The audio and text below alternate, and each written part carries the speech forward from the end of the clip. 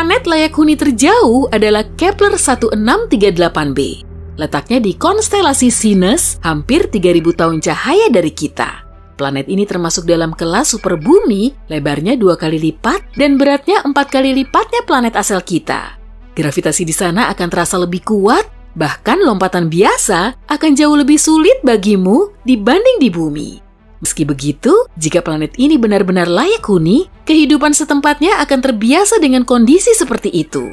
LHS 1140b, planet ini sangat berbatu dan padat. Meski ukurannya hanya 40% lebih besar daripada bumi, beratnya 7 kali lipat bumi. Gravitasinya kuat di sini sekitar 3,25. Sebagai perbandingan, saat lepas landas naik pesawat terbang, kamu mengalami tambahan beban 1,5 gravitasi. Jadi, di planet ini, kamu hampir mustahil berdiri tegak. Karena masanya yang besar, planet ini memiliki atmosfer lebih tebal, dan karena efek rumah kaca, suhunya mungkin di sekitar -7 derajat Celcius. Dan planet ini cukup cepat dalam mengelilingi bintangnya.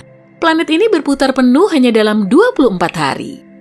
Sekarang, mari kita lihat konstelasi Aquarius. Ada planet Katai ultra dingin, Trappist 1. Planet kecil ini mengorbit di zona layak huni. Masanya 3 kali lebih ringan dari bumi, suhunya mirip dengan bumi, tapi gravitasinya hanya setengah bumi. Tapi kita akan tetap merasa nyaman di sana. Kamu ingat orang-orang yang pernah pergi ke bulan? Di sana gravitasinya hanya 16% dari bumi. Itulah yang membuat para astronaut bergerak sangat lucu. Kepler 452b berada dalam sistem yang seperti kakaknya tata surya kita. Bintang induknya hanya 11% lebih tua dari matahari kita, dan planet ini hampir 2 miliar tahun lebih tua dari bumi. Eksoplanet itu sendiri berusia 6,5 miliar tahun, sementara bumi 4,5 miliar. Tapi, kakak tata surya kita ini sangat jauh dari sini. Jika kita melaju dengan kecepatan pesawat luar angkasa New Horizon, dibutuhkan sekitar 26 juta tahun untuk sampai ke sana. Jadi jangan lupa bawa bekal nasi padang tadi ya.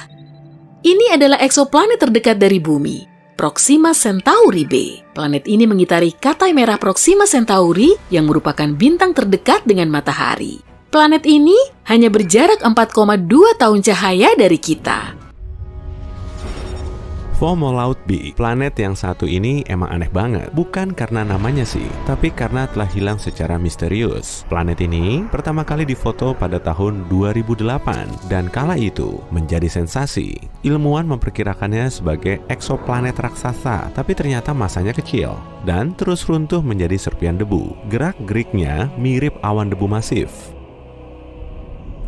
Gliese 1214b yang menawan ini berada di lingkungan beruap. Uap kan berasal dari air, bener banget. Planet ini memang dipenuhi dengan zat mirip air. Suhunya berkisar antara 120 sampai 280 derajat Celcius, jauh lebih panas dari planet kita. Wujudnya juga berupa planet laut, tapi sayangnya, informasi mengenai planet ini masih sangat sedikit sejak ditemukan pertama kali pada tahun 2009 lalu. Kalau kamu mau nyoba pengalaman langsung berjalan di atas es dan batu bara panas sekaligus, datang aja ke Gliese 436b. Jaraknya sangat dekat dengan bintang induknya, sehingga eksoplanet seukuran Neptunus ini punya suhu haut lebih panas dari oven yang menyala. Meski tertutup es, permukaannya terus membara setiap waktu. Es ini sangat padat karena gravitasi Gliese 436b sangat kuat, sehingga tetap beku dalam kondisi ekstrim. Tapi rupanya kondisi di Gliese masih belum ada apa-apanya. Suhu normal Corot 7b mencapai lebih dari 2200 derajat Celcius. Dengan permukaan yang berbatu-batu, planet ini menyuguhkan pemandangan bak di dunia bawah tanah. Bebatuan di permukaannya berbuih dan mendidih, lalu menguap ke atmosfer. Setelah beberapa saat, uapnya akan dingin dan turun kembali dalam bentuk hujan belerang. Tapi ngenesnya, Corot 7b ini kemungkinan pernah menjadi raksasa gas yang atmosfernya meleleh oleh panas. Lalu tersisa intinya saja yang hangus. Corot Exo 3b nggak sepanas planet barusan sih, serta nggak sedingin kebanyakan planet lain. Raksasa gas ini seukuran Jupiter, tapi 20 kali lebih padat, sehingga gravitasi eksoplanet ini menarik semua objek yang ada di permukaannya sampai 50 kali gravitasi di bumi. Jangan berani-berani menginjakan kaki di atasnya, karena tubuhmu akan langsung hancur oleh atmosfernya yang padat.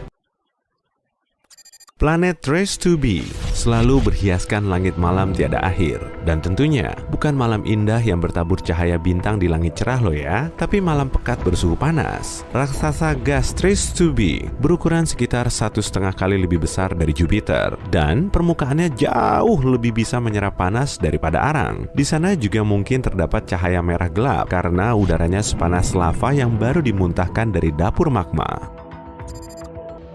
Rupanya, Saturnus sering dianggap punya lingkungan yang ramah ya. Suhu di sebagian lapisan bola raksasa gas ini sebetulnya cukup bersahabat. Saat menjelajahi Saturnus, kamu akan menemukan lapisan bermolekul cair, suhunya 0 derajat Celcius. Mirip-mirip bumi lah. Tapi, lapisan ini cuma sebagian kecil dari sisi planet yang super dingin. Kamu nggak akan bisa mendarat di Saturnus dalam keadaan yang sama seperti saat kamu berada di bumi. Di sana, tubuhmu akan berubah jadi bola salju atau kristal es. Yuk beralih ke Jupiter. Seluruh permukaannya tidak padat karena planet ini terdiri dari hidrogen dan helium. Kamu juga nggak akan bisa menjajakan kaki di permukaan bola gas ini. Namun begitu, Jupiter juga agak beda dari Saturnus. Meski nggak bisa menyelami isi dalamnya, kamu masih bisa melayang di atas Jupiter. Planet ini seperti awan raksasa, dan kalau kamu bisa mendarat di permukaannya, rasanya akan seperti berjalan di atas kabut super tebal. Suhu di sana sangat fluktuatif, dan permukaannya sangat dingin, nggak seperti di Saturnus. Makin dalam kamu menyelam, akan makin panas suhunya. Biasanya, oksigen dianggap sebagai unsur pembentuk kehidupan di suatu planet. Tapi hal ini nggak berlaku di planet Osiris. Ilmuwan terkaget-kaget saat mendeteksi adanya oksigen di Osiris. Lebih tepatnya, di sekelilingnya, karena jaraknya 8 kali lebih dekat ke bintang induknya dibanding jarak Merkurius ke matahari. Jarak ekstrim ini menjadikan Osiris seperti ketel peleleh. Objek apapun akan terbakar di situ. Hal ini juga menyebabkan orbit Osiris sangat pendek. 1 tahun di sana cuma selama 3,5 hari di bumi. Selain itu, atmosfernya terus-menerus bertiup dan meleleh oleh bintang induknya yang super panas. Cek dulu kalendermu, lalu pasang pengingat pada bulan April, Agustus, Oktober, November, dan Desember. Dalam sebulan bahkan ada loh yang frekuensinya sampai 2 kali. Contohnya bulan Oktober dan November. Pilih saja bulan dan hari yang pas buat kamu. Cek lagi kalendermu. Ingat juga ya, hindari musim hujan kalau kamu ingin menikmati fenomena menakjubkan ini dengan tenang. Dongakkan kepalamu dan tatap langit gelap sepanjang malam. Tunggu aja sampai hujan meteornya muncul. Atau kalau siang harinya kamu harus ngantor, pasang jam alarm aja biar bisa bangun saat tengah malam. Awas, Merkurius mulai menghantam bumi. Haha, enggak lah. Tenang, planet ini masih ada di posisinya kok. Hanya saja Merkurius akan berada pada jarak terdekatnya dengan bumi pada tanggal 17 Mei. Planet ini akan berada pada elongasi timur maksimumnya, sehingga akan mudah diamati. Sesaat setelah matahari terbenam, arahkan pandanganmu ke ufuk barat dan coba cari planetnya. Peristiwa ini akan terjadi lagi pada tanggal 4 Juli, tapi kamu perlu melihat ke arah timur. Jangan lupa pakai kompas ya. Jarang-jarang kan kamu bisa memandangi Merkurius yang menawan itu, sambil menikmati segelas kopi di pagi buta. Kalau kamu melewatkan peristiwa ini, tenang aja. Coba lagi pada tanggal 14 September dan 25 Oktober. Akan seperti apa ya kalau bulan kehilangan warna putih alaminya? Fenomena ini akan terjadi beberapa hari setelah Merkurius muncul pertama kali sepanjang tahun, yaitu pada tanggal 26 Mei. Pada tanggal tersebut akan terjadi gerhana bulan total. Perlahan, bulan akan mulai terlihat gelap, seolah permukaannya dilumuri cat merah, sampai kemudian warnanya berubah menjadi merah membara seperti ini. Sayangnya, fenomena ini cuma bisa diamati di Samudra Pasifik. Itu pun dengan berlayar atau di area nan tenang di Asia Timur. Kalau kamu berada di sekitar Tokyo Tower saat peristiwa ini, wah, kamu beruntung banget. Gerhana bulan total ini akan terlihat di seantero Jepang. Atau kalau kamu kebetulan tinggal di kawasan timur Amerika Utara, kamu juga akan mengamati perubahan bulan. Nggak akan berubah wujud jadi serigala sih, kecuali kalau kamu jadi werewolf. Yang berubah cuma warnanya. Masih soal bulan, kamu ingat lubang hitam raksasa kan? Nah, fenomena astronomi yang satu ini juga mirip-mirip dengan lubang hitam. Pada tanggal 10 Juni, yaitu selama gerhana matahari cincin, bulan akan berada pada titik terjauhnya dari bumi. Saat itulah bulan akan menutupi sebagian besar matahari dan meninggalkan sedikit lengkungan yang bisa kita lihat. Nah, saat peristiwa ini, langit cuma akan memperlihatkan cahaya cincin berukuran besar. Kemungkinan kamu nggak akan bisa melihat bulan di langit sana, karena wujudnya akan sama dengan area di sekitarnya, tanpa warna atau hitam pekat. Cincin yang kamu lihat itu adalah sinar matahari. Para astronom tahu pasti bahwa alam semesta tumbuh besar, dan kecepatan pembesarannya semakin tinggi seiring waktu. Tapi jika segala sesuatunya membesar, tentu ada ujungnya kan? Manusia tidak mungkin bisa mengetahuinya, tapi jika bisa, akan seperti apa bentuknya? Dinding yang luar biasa besar, lalu kehampaan, sebuah jurang menuju antah berantah. Teori yang paling umum adalah bahwa alam semesta dibentuk sedemikian rupa sehingga tidak mungkin berujung. Tapi ini bukan satu-satunya teori. Ada teori lain yang bahkan lebih sulit dipahami. Alam semesta itu tanpa batas, dan bagian kita di alam semesta tidaklah begitu unik. Artinya, di luar sana ada kamu atau banyak dirimu yang lain. Salah satunya cuma agak lebih pendek, yang lain punya gaya rambut berbeda, yang ketiga sangat identik dengan kamu. Hei cantik! Oh iya, ada juga teori tentang multi semesta yang terdiri dari banyak alam semesta yang lebih kecil. Dan alam semesta yang kita tinggali ini hanya sebuah gelembung kecil di antara banyak gelembung serupa yang lain. Para ilmuwan yang mendukung teori ini juga yakin bahwa alam semesta gelembung ini bisa saling berhubungan. Lalu gravitasi mulai mengalir di antara mereka. Dan saat 2 atau 3 alam semesta terhubung, terjadilah ledakan dahsyat, seperti ledakan yang membentuk alam semesta yang kita tempati. Semua yang ada di bumi dan yang bisa dilihat manusia di luar angkasa dengan bantuan teleskop dan peralatan lain adalah materi biasa, yang terbuat dari atom serta molekul dan cuma membentuk 5% alam semesta. Hampir 3/4 dari alam semesta adalah energi gelap. Para astronom bahkan takkan menyadari keberadaan energi gelap ini andai beberapa dekade lalu mereka tidak sadar bahwa perluasan alam semesta tidak melambat. Malah kebalikannya, perluasan itu justru bertambah cepat. Artinya, pasti ada kekuatan misterius yang melawan gravitasi. Ini disebut sebagai energi gelap. Matahari kita sangat besar. Mau bukti? 99,86% dari massa seluruh tata surya kita adalah massa matahari, khususnya hidrogen dan helium yang merupakan bahan dasarnya. Dan sebagian besar dari 0,14% sisanya adalah massa dari 8 planet tata surya. Atmosfer matahari lebih panas dari permukaannya. Suhu permukaannya mencapai 5.540 derajat Celcius, tapi atmosfer bagian atasnya memanas hingga jutaan derajat. Venus juaranya dalam hal gunung berapi. Planet ini memiliki sekitar 1.600 gunung berapi besar, namun tidak diketahui ada satupun dari mereka yang erupsi. Lautan di Jupiter lebih besar dari lautan lainnya di tata surya, tapi tidak seperti di bumi. Lautan ini tidak terbuat dari air, melainkan dari logam hidrogen. Kedalamannya pun luar biasa, 40.000 km, hampir sama dengan panjang keliling bumi. Dengan diameter rata-rata 3.500 km, bulan adalah satelit terbesar kelima di tata surya setelah Ganymede, Callisto, dan Io milik Jupiter dan Titan milik Saturnus.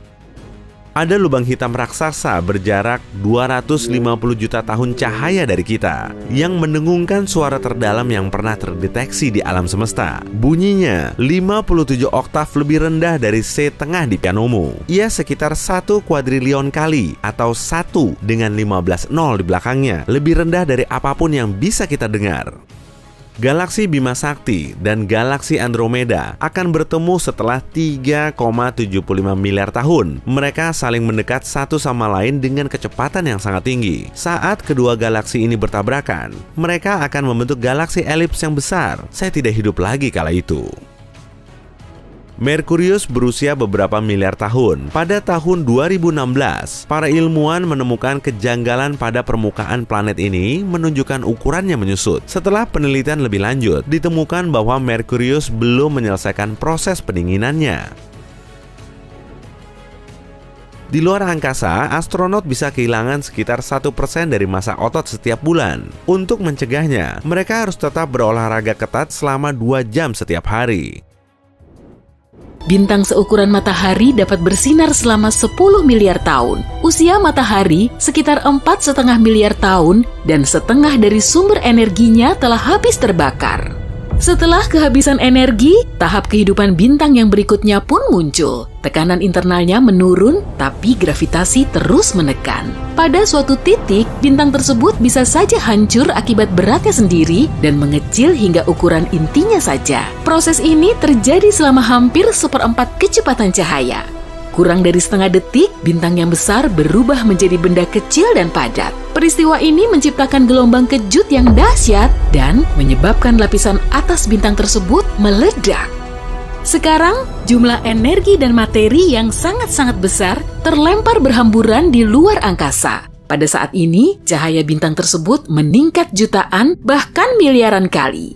Kilatan cahaya inilah yang dilihat para ilmuwan dengan teleskop supernya. Tapi, cahaya dari ledakan ini tidak sampai ke planet kita hingga bertahun-tahun setelahnya. Jadi, ketika cahaya itu sampai ke bumi, sebenarnya bintang tersebut sudah lama memudar.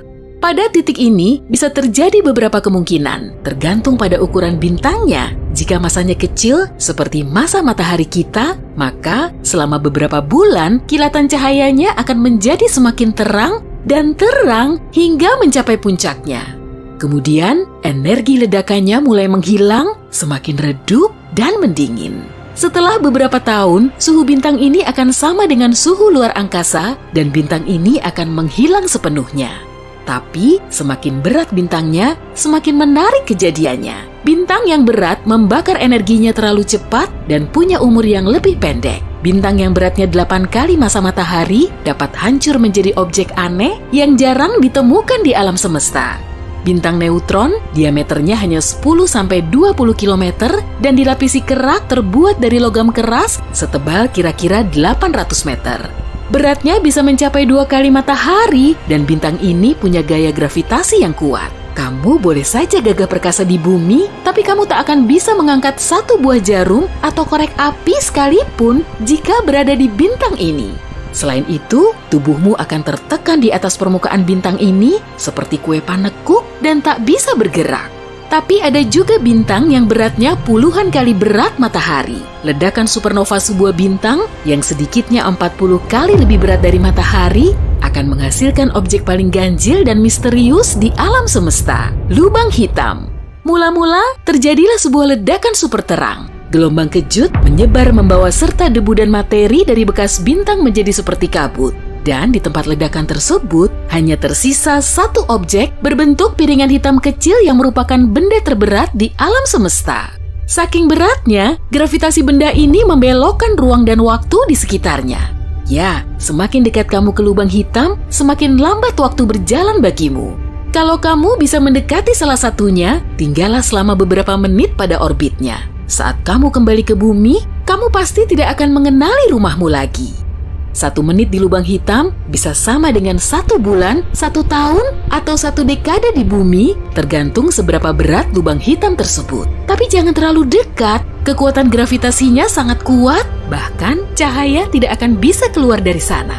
Ada juga lubang hitam super besar yang diketahui manusia. Lubang hitam super besar ini membentuk masanya secara perlahan, melahap bermacam-macam objek kosmik bak predator. Biasanya, lubang hitam seperti ini berada di tengah-tengah galaksi. Dan gravitasinya sangat kuat sehingga bisa mempertahankan banyak bintang di dekatnya.